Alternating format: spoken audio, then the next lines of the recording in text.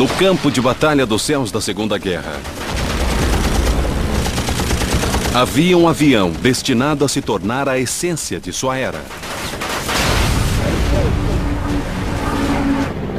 O Mustang P-51, uma combinação de velocidade, alcance e poder de fogo.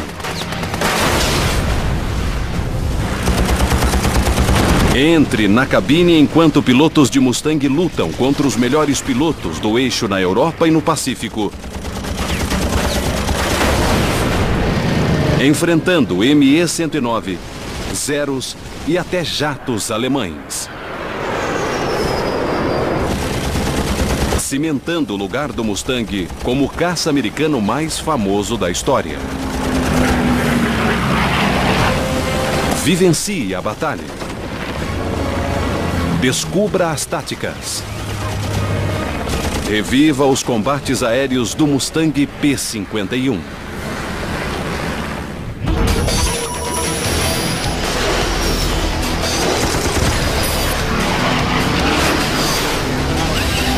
Combates aéreos, o Mustang P-51.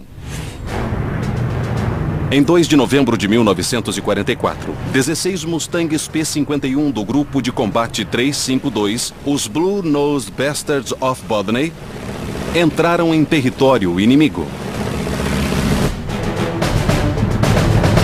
O capitão Donald Bryan liderou 8 Mustangs para se encontrar com uma esquadrilha de P-17 e conduzi-los até uma refinaria de petróleo em Merseburg, na Alemanha. Íamos lá para escoltá-los. Nós estávamos chegando, mas ainda não tínhamos alcançado os bombardeiros.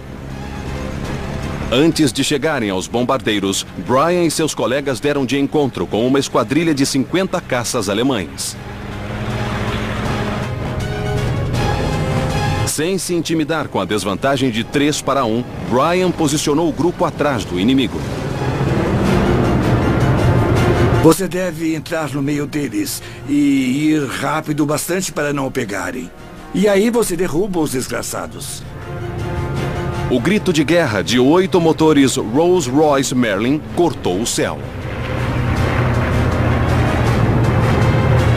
Demos tudo naqueles aviões, porque queríamos o máximo de potência. E aí, em seguida, nós desaceleramos. Fomos mais devagar durante a aproximação. Incrivelmente, os Mustangs passaram despercebidos. Bryan isolou um 109, destruindo o inimigo antes que tivesse a chance de reagir. Dava para ver o líquido refrigerante vazando. Era como uma faixa branca no céu.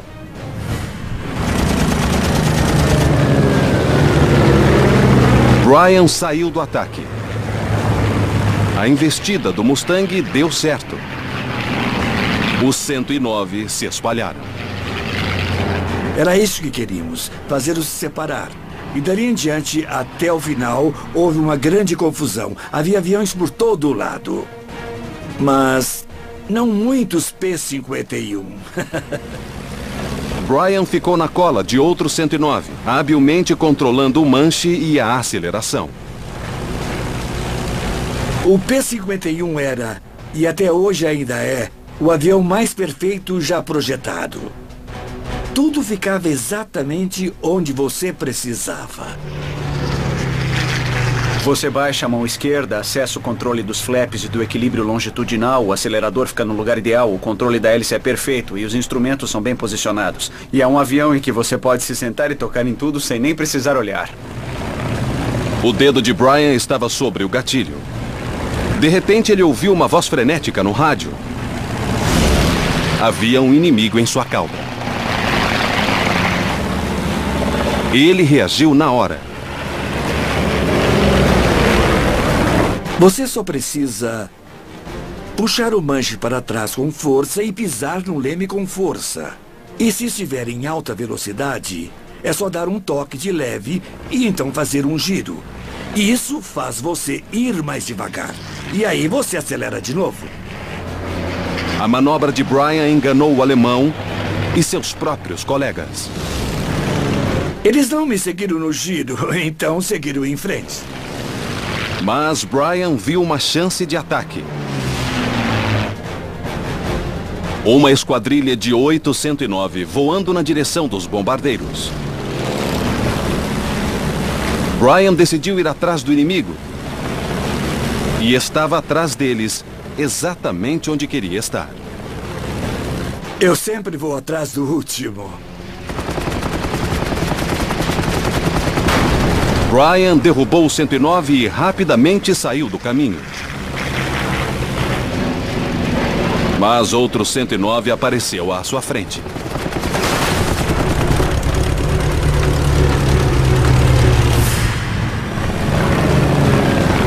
Brian despachou o inimigo.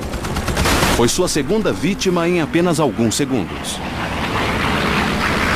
Havia muitos deles e eram muito velozes. E então eu disse, ok, aquele cara vai dançar agora. Aí eu parava e saía procurando outro. Brian voltou para a luta e escolheu outro alvo. Mas, sem apoio, ele ficou exposto. De repente, ele viu um reflexo no retrovisor. Havia um 109 atrás dele. Brian saiu para a esquerda. Ele girou e reverteu, mas o alemão estava determinado e não ia desistir. Eu tinha o melhor P-51 de todos. E esse cara estava voando melhor do que eu. E essa era uma coisa que eu não tolerava. Esse piloto da Luftwaffe era diferente de qualquer outro que já havia encontrado. A habilidade de Brian no P-51 estava para ser posta à prova. A velocidade definia o Mustang P-51 e o programa que o criou. Em 1940, quando o Ministério da Aeronáutica Britânico propôs que a aviação americana criasse uma nova linha de produção para os P-40 da Real Força Aérea, a contra-oferta foi uma nova carcaça e uma produção mais rápida. Apenas 127 dias depois, o primeiro protótipo do Mustang deixou o hangar.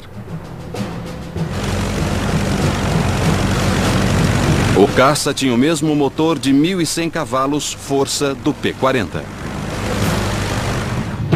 Mas aerodinamicamente era muito diferente. Diferentemente de um aerofólio convencional, a seção transversal da asa do Mustang era fina na borda e mais larga no meio, com uma curvatura semelhante em cima e embaixo. Esse design inovador reduziu o arrasto na borda dianteira da asa e garantiu fluxo laminar, o fluxo de ar ideal sobre os contornos da asa a alta velocidade. Isso ajudou a aumentar sua velocidade para 528 km por hora, mais veloz do que o P-40 e até mais do que o Spitfire britânico. Os modelos posteriores do P-51 ganharam um motor Rolls-Royce Merlin de 1.700 cavalos. Assim, o Mustang mostrou todo o seu potencial. O Rolls-Royce Merlin tem absolutamente tudo o que é preciso. É um motor muito potente. E quando você exige dele, ele responde muito rápido, especialmente na descida. A versão definitiva do Mustang, o P-51D, tinha 6 metralhadoras calibre 50 e uma velocidade máxima de 700 km por hora.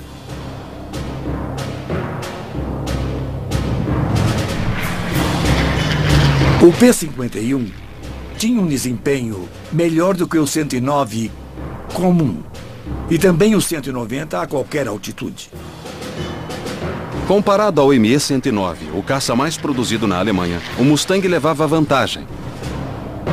Era bem mais veloz, mais maneável, com maior alcance e um teto de serviço mais alto.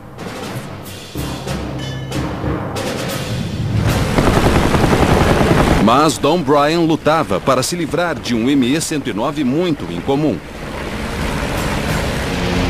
Ele não podia subir mais do que o alemão e seu Mustang estava à beira do estol. Até aquele momento, os 109 eram presas fáceis. Mas eu não ia deixar esse cara voar melhor do que eu. Brian tentou escapar. Mas o 109 não deixou. Eu estava assustado. Em 4G, a máscara de oxigênio deveria ficar no rosto. Mas tive de segurá-la, porque estava suando. E ela estava caindo até o queixo. O alemão se aproximou mais. Ele virou mais rápido do que eu. Estava se aproximando e finalmente fez a mira em mim. Ele não passou direto, estava por cima. Se esperasse mais um pouco, ele apertaria o gatilho e me acertaria. Brian então fez uma manobra ousada, que só havia treinado algumas vezes. Você puxa o manche com força. Aperta os pedais até o fim. Empurra o manche para frente de novo e então volta para o meio. É uma manobra de risco, que ele chama de reversão vertical invertida. Ao puxar o manche para trás, o avião estola. Pisar no leme faz o nariz descer. Incrivelmente, o torque da hélice faz o avião girar no sentido anti-horário. Brian, então, empurrou o manche para frente, neutralizando o efeito. Só um piloto muito confiante tentaria uma manobra tão ousada.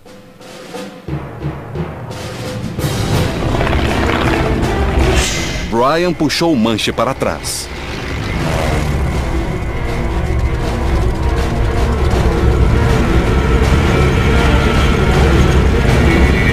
Sua cabeça bate na coberta e a hélice faz você girar.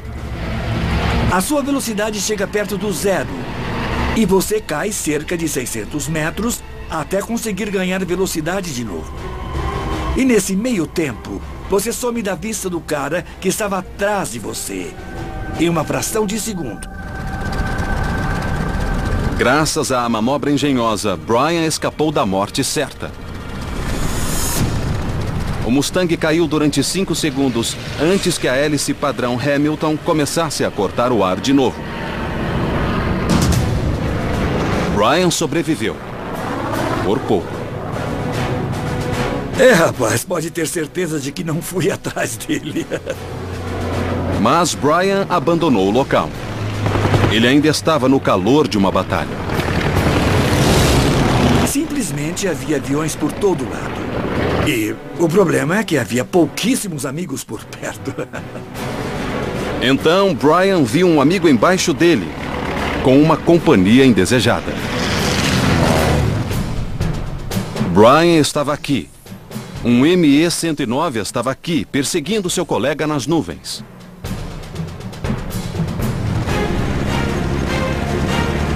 Desesperado para salvar o amigo, Brian mergulhou e foi resgatá-lo.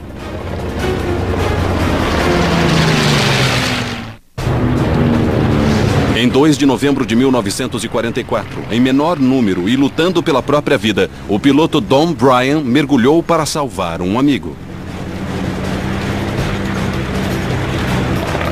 Com a vantagem da altitude e da velocidade, o as do Mustang estava para atacar. Em um combate aéreo, quando se tem 2 aviões relativamente iguais, aquele que tem maior velocidade e altitude tem a vantagem.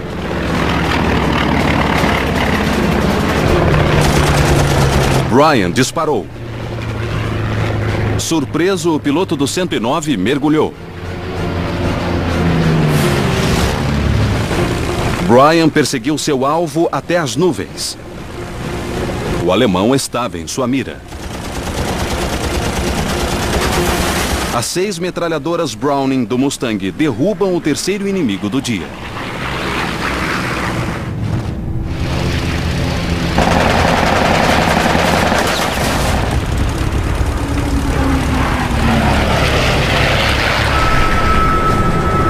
Brian passou a voar em formação com o outro Mustang, mas ainda havia inimigos na área.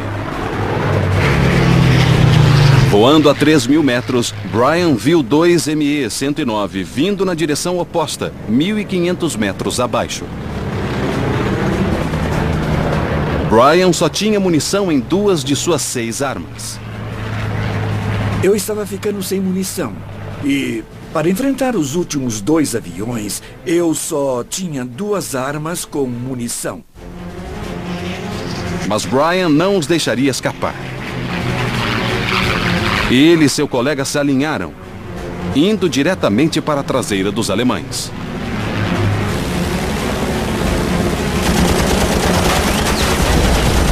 E Brian derrubou o inimigo.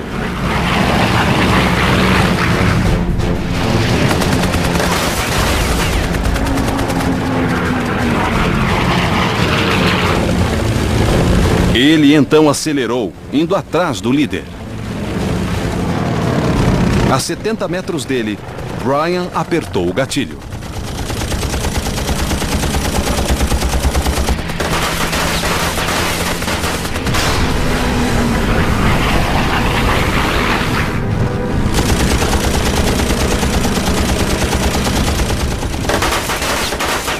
Parecia que toda uma seção da asa dele tinha soltado. Ele entrou nas nuvens, fez um giro à esquerda e aí... acabou. Os Mustangs então retornaram à base. Dentre os 38 inimigos derrubados por Mustangs naquele dia, Brian derrubou 5. Acho que nos divertimos mais do que a lei permite. Don Brian recebeu a Cruz de Voo por sua missão. No coração do território inimigo, que seria impossível sem outro atributo lendário do P-51. Sua autonomia.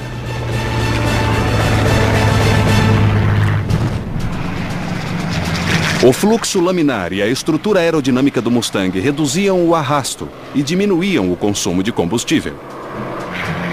Mais de 1/4 do peso máximo para a decolagem do Mustang, que era de 5.000 quilos, era combustível, permitindo uma autonomia de mais de 2.200 quilômetros, o dobro de outros caças monomotores aliados. Gunther Hall, o terceiro melhor piloto da Luftwaffe, disse que o P-51 conseguia fazer durante 6 horas o que o 109 conseguia fazer em 90 minutos. Era uma aeronave incrível que podia decolar de um lugar como Duxford, na Inglaterra, voar até Berlim, fazer tudo o que precisava fazer, então dar meia volta e retornar. Embora o Mustang tivesse feito sua fama na Europa, ele também entrou em ação no Pacífico, onde foi o único caça monomotor capaz de escoltar bombardeiros de Iwo Jima até o continente japonês. Uma viagem de ida e volta de 2.000 quilômetros. Os pilotos se chamavam de Clube de Tóquio e seus benefícios como membros. Era um tempo ruim, exaustão, fogo antiaéreo e caças inimigos, todos capazes de matar. Em 23 de junho de 1945, às 9h38 da manhã, Mustangs do Esquadrão 47 decolaram de Iwo Jima. Sua missão era atacar uma base aérea ao norte de Tóquio para ajudar a eliminar a ameaça aos bombardeiros americanos.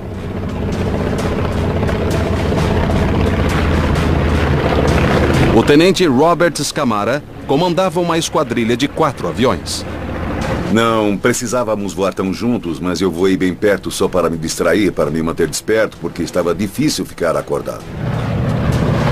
A coisa mais exaustiva no Mustang não é estar preso lá dentro, estar com calor ou então desconfortável. É o barulho. É o barulho que deixa você totalmente acabado. Mas no continente, a monotonia desapareceu. Os Mustangs do esquadrão de Scamara se prepararam para a batalha. Nós decolamos e então fomos para o oeste, esperando encontrar um campo de pouso cheio de aviões para destruí-los em terra, mas em vez disso, estavam no ar.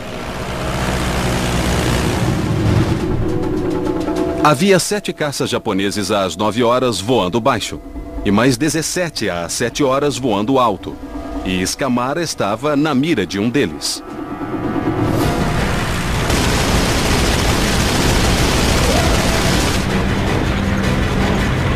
Vi balas traçadoras passarem pela minha cabine. E foi então que saí de formação. O que era proibido, não se sai de formação, mas com alguém atirando em mim, eu não estava nem aí para o regulamento, eu ia dar o fora de lá. Scamara e seu colega John Scanlon saíram pela esquerda, enquanto o céu se iluminava com o brilho de balas traçadoras. Dali em diante foram combates incessantes, um avião depois do outro. 1-0 apareceu diante de Scamara. O P-51D estava entre os primeiros aviões equipados com uma mira giroscópica chamada K-14. Geralmente calculamos a envergadura da asa tipo 11 metros ou por aí. Então você inseria o dado e ele fazia o cálculo e aí você só tinha de fazer mira no avião. Como inimigo na mira, Scamara só precisava dar uma rajada curta. O 0 atingido começou a cair. Depois, Scamara viu 2 caças N-1K, codinome George, voando baixo às 9 horas. O N-1K era o caça japonês mais avançado, uma ameaça para qualquer americano no céu. O George tinha canhões mais potentes, mas o Mustang tinha a vantagem da velocidade e da altitude.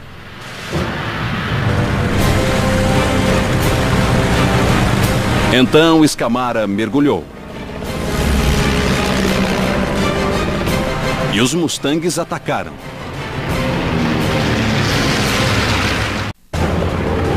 Em 23 de junho de 1945, em meio a um combate aéreo, o tenente Robert Scamara e seu colega John Scallon aproximavam-se de 2 caças NK-1. Eu disse, se estivermos nessa situação e houver 2 aviões, irei atrás do líder e você irá atrás do segundo avião. Bem, eu estava chegando, me aproximando do líder, mas ele não estava atirando no colega dele. Scamara disparou uma rajada no segundo avião inimigo.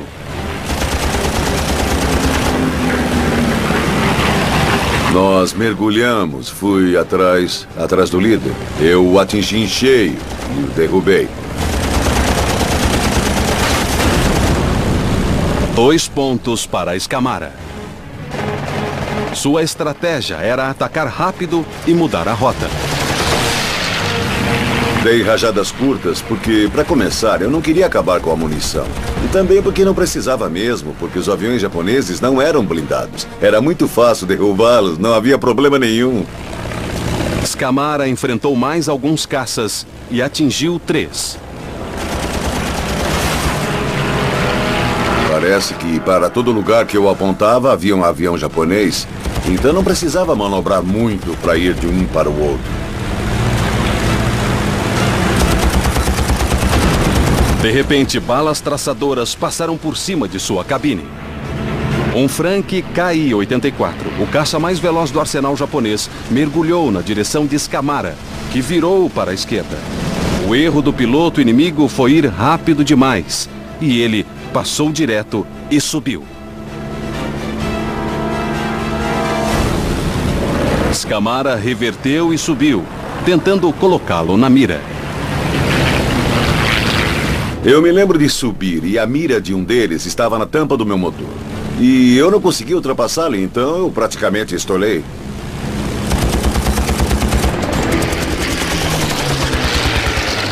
Mas Scamara conseguiu disparar antes de ser obrigado a mergulhar.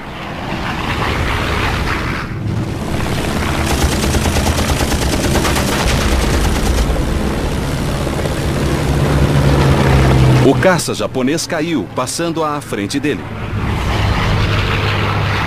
Foi seu terceiro acerto. Mais uma vez, Scamara vasculhou o céu. Vi que um avião japonês estava à minha frente. Assim que me viu chegando, ele saiu, virou e mergulhou na direção do solo.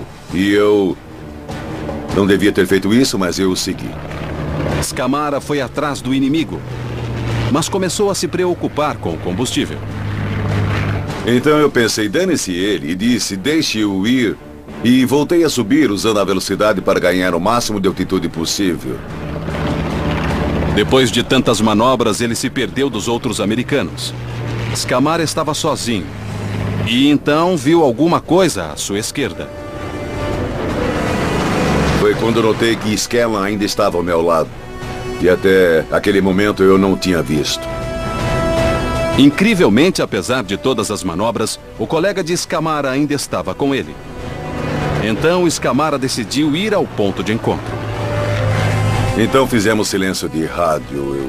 Eu não disse nada, mas sinalizei com a cauda. E lá foi ele. Começou a voar a uns 400 metros, paralelo a mim, para que ele pudesse vigiar a minha cauda e eu a dele. Pouco depois, Scamara viu um inimigo atrás de Scanlan.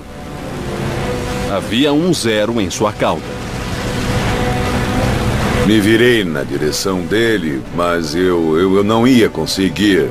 E pelo rádio gritei para ele fazer alguma coisa, porque tinha um avião japonês atrás da cauda dele. Mas era tarde demais. Os canhões de 20 milímetros acertaram as asas de Scanlan, que se incendiaram. Ele lançou a coberta e saltou fora, porque a cabine dele deve ter ficado muito quente. Scamara circulou o paraquedas do colega, atirando nos aviões japoneses ao seu alcance. Eu continuei atirando neles, mantendo-os à distância, e logo fiquei sem munição em 4 armas. Só 2 ainda estavam disparando, mas acontece que 2 delas tinham umas 100 balas a mais do que as outras 4. Não havia mais nada a fazer. Scamara virou e foi para casa.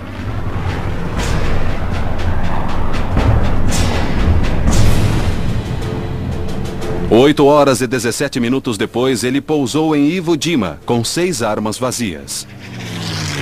Incrivelmente, seu tanque interno ainda tinha 200 litros de combustível. Scamara derrubou 3 aviões inimigos e danificou 4. Mas John Scanlan não voltaria para casa vivo. Acho que foi uns 3 anos depois que notei ao acaso esse pequeno artigo no jornal. 2 ou 3 mulheres haviam sido exoneradas por crimes de guerra.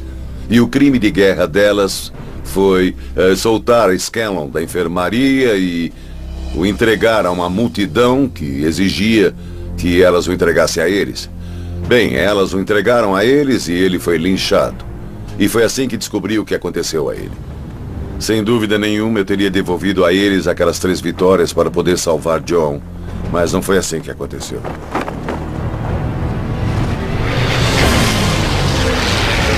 O Mustang fez uma grande contribuição para a vitória aliada no Pacífico,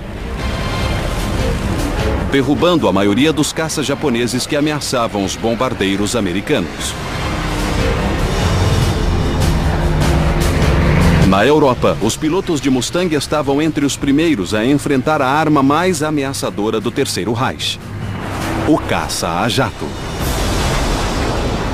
Em 7 de abril de 1945, um Mustang P-51 sobrevoava uma esquadrilha de bombardeiros B-24, penetrando no coração da Alemanha. O tenente Richard Candelaria, piloto de Mustang, foi o primeiro a chegar e se posicionar acima dos bombardeiros. O resto do esquadrão estava perdido nas nuvens, mais abaixo. Eu tinha chegado ao ponto de encontro cerca de 3 ou 4 minutos antes do resto do esquadrão chegar lá. Eles disseram que chegariam em 2 ou 3 minutos. Candelaria se concentrou em varrer o céu com os olhos. O Mustang D tinha uma cabine tipo bolha, com maior visibilidade do que os modelos anteriores.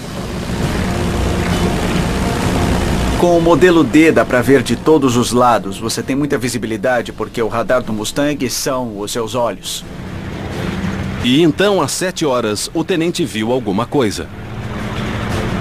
Primeiro viu que pareciam ser manchas ficando cada vez maiores. E então eu me dei conta de que eram ME-262 porque estavam chegando rápido. Eu já os havia visto antes, já os havia perseguido antes, mas nunca tinha sido capaz de pegar um. O ME-262 foi o primeiro caça a jato do mundo. Foi um salto na tecnologia que definiria o futuro dos combates aéreos. O ME-262 era 160 km mais veloz. era mais bem armado e tinha uma velocidade ascendente superior. Mas o Mustang era muito mais maneável e tinha um teto de serviço mais alto, que os pilotos de Mustang podiam converter em velocidade. Os inimigos estavam aqui, se aproximando dos bombardeiros. Candelária estava aqui, um único Mustang contra 2 jatos. A única coisa que eu podia fazer para impedi-los era ir direto na direção deles. Candelária virou e mergulhou. O motor Merlin do Mustang acelerou a mais de 720 km por hora e ele desceu na direção dos inimigos, de frente.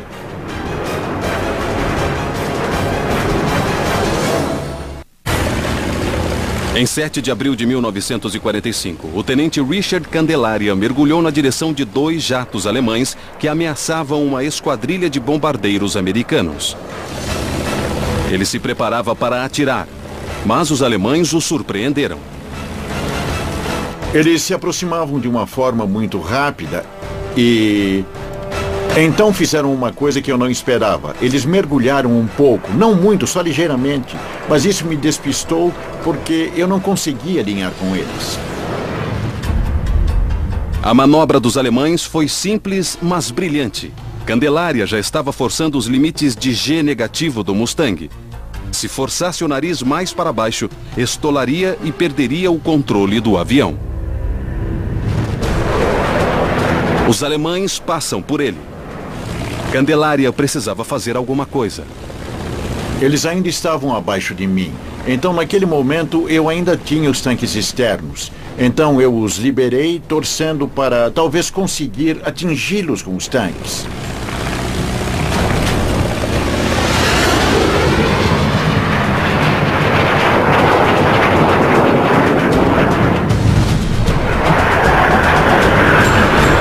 Os jatos alemães saíram para a esquerda, obrigados a mudar de curso para longe dos bombardeiros. Nesse momento, Candelária reverteu e voltou para atacar. Eles giraram e nivelaram. A altitude se converteu em velocidade. Eu desci e então voltei a subir. Naquele momento estava voando a cerca de 790, 800 quilômetros por hora. A manobra de Candelária o colocou no caminho do inimigo. Mas ele conseguiu passar adiante e os jatos viraram na direção dos bombardeiros. Candelária apertou o gatilho. Vi alguma coisa brilhar bem atrás da cabine e o motor direito começou a cuspir fumaça, uma fumaça negra. Percebi que tinha sido atingido, pelo menos no motor. Atingido, o jato mergulhou nas nuvens. Candelária não sabia se tinha eliminado 262, mas não teve tempo para pensar nisso. Quando comecei a nivelar, vi uma coisa parecida com bolas de tênis iluminadas passando pela minha asa direita. O meu chefe de equipe tinha instalado espelhos redondos no topo da coberta. E quando olhei no espelho, eu vi o nariz dele bem atrás de mim. Enquanto Candelária se concentrava no líder, o colega dele manobrou até sua cauda. Caí para a esquerda e rápido, porque os bombardeiros estavam à minha direita. Se fossem me perseguir, pelo menos seria para longe dos bombardeiros. Um projétil explosivo de 30 milímetros acertou a asa direita de Candelária. O Mustang balançou, mas continuou na curva. O jato alemão não conseguiu acompanhá-lo e passou direto por ele. Então caí para a direita para tentar ir atrás dele, mas ele estava indo rápido demais. Sem esforço, o alemão acelerou e ficou fora de seu alcance, fugindo da luta. Candelária foi atingido, mas não estava acabado. Apesar da desvantagem numérica contra os caças mais avançados da Segunda Guerra, ele e seu Mustang venceram o combate. Enquanto voltava para a esquadrilha de bombardeiros, o céu à sua volta estava quieto. acalmaria antes da tempestade. De repente, saindo de um banco de nuvens, eu vi um monte de aeronaves. Então olhei para fora e disse, caramba, olha quantos alemães. E então pensei comigo mesmo, bom, meu senhor, eu rezei para os inimigos aparecerem, mas preferiria que viessem em grupos de 2 e 3, não todos de uma vez. Candelária estava aqui. Havia 15 ME-109 alemães abaixo dele, indo na direção dos bombardeiros. E mais uma vez, Candelária era o único que estava em seu caminho. Então ele acelerou e voltou para o combate. Seu alvo era o líder do grupo. Esse era amarelo desde o para-brisa até o nariz. E também a hélice. Era amarelo ovo. Esse cara queria ser visto. Na hora eu deveria ter entendido que ele provavelmente era um as. Candelária se posicionou para atirar. Eu estava tentando chegar nele, mas descobri que não conseguiria, porque para fazer isso eu teria de ir na direção dos bombardeiros. Balas perdidas podiam atingir os aliados, e Candelária não podia arriscar. Então ele decidiu passar por baixo do alemão e reverter verticalmente, para poder atirar sem atingir os bombardeiros.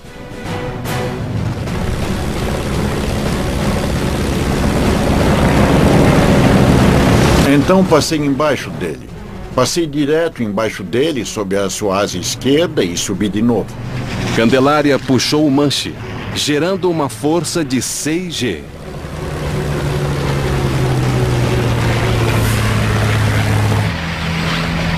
O 109 mira nos bombardeiros, disparando projéteis de longo alcance. Um dos motores do bombardeiro mais próximo explodiu.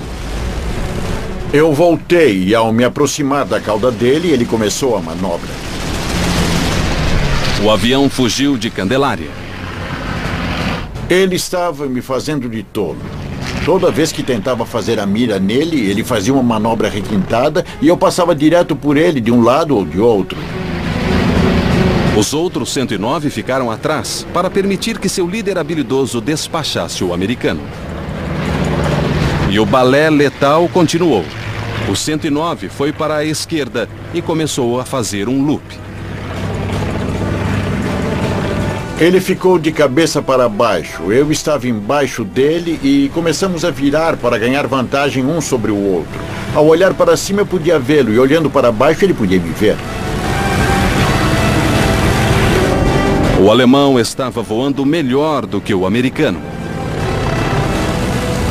Se Candelária não virasse o jogo rápido, ele morreria.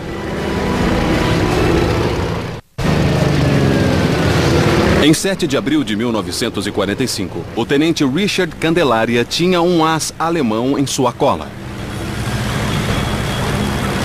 O piloto do Mustang tentaria uma manobra arriscada para tentar virar o jogo. Candelária aceleraria a manobra rapidamente para pôr o nariz de seu P-51 na cauda do 109. Se Candelária estolasse, começaria a cair e seria um alvo fácil para o inimigo. Puxei o manche o mais forte que pude, logo antes de estolar. E quando fiz isso, soltei o manche e acionei o leme. E o P-51 praticamente ficou na traseira dele.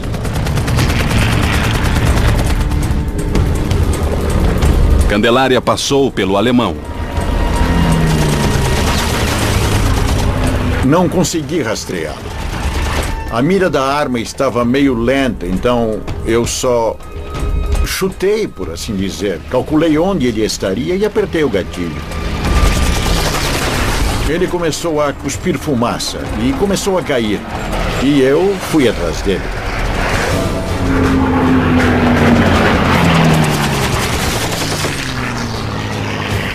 Depois eu o vi sair.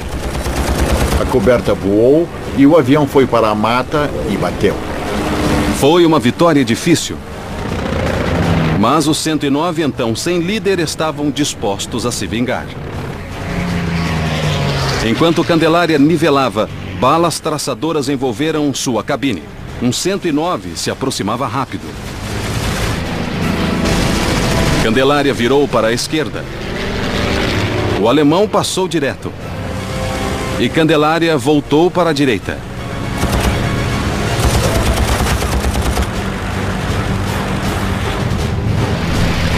Alguns tiros certeiros convenceram o alemão a fugir. Saí de lá quase que imediatamente, porque havia mais alguém atrás de mim. O restante dos 109 formou um círculo Lathbury, um anel defensivo que garante proteção mútua. Mas Candelária se recusou a abandonar a luta. Sua estratégia era voar direto pelo círculo, na esperança de derrubar um inimigo antes dele poder atirar.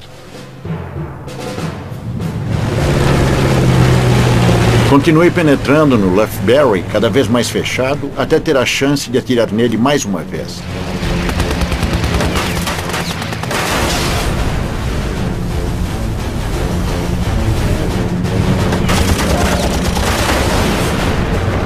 Mais um 109 foi derrubado. Mas logo havia outra ameaça atrás dele. Candelária foi para a direita e o alemão o seguiu. Não havia dúvida de que eu estava virando melhor do que ele. Era uma curva bem fechada para a direita e os 109 não costumavam virar muito bem para a direita. Lentamente, Candelária se afastava do inimigo, mas o alemão não desistia. Após várias voltas, Candelária conseguiu um ângulo de tiro. Suas 6 metralhadoras Browning dispararam.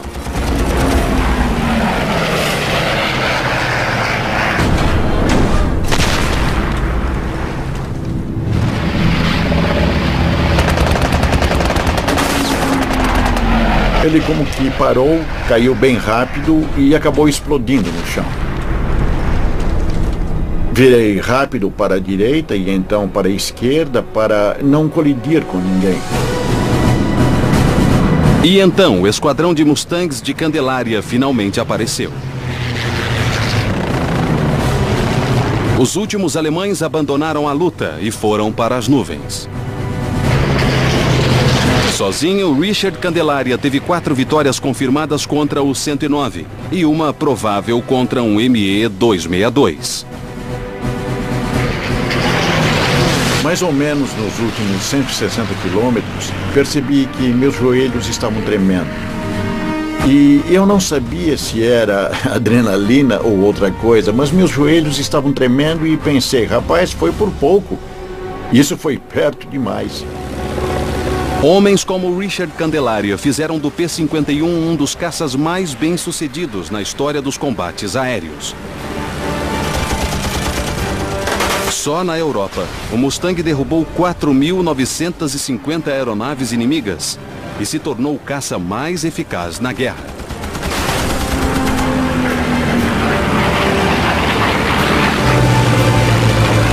O Mustang foi um ícone da Segunda Guerra, mas hoje sua lenda vive nos shows aéreos e corridas aéreas no mundo todo.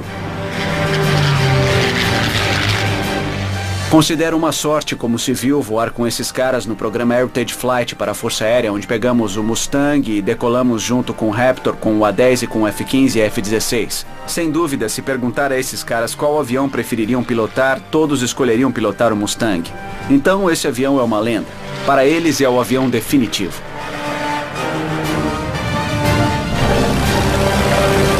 O Mustang continua sendo um clássico, uma máquina de guerra letal, de rara beleza e um símbolo duradouro do poderio aéreo norte-americano.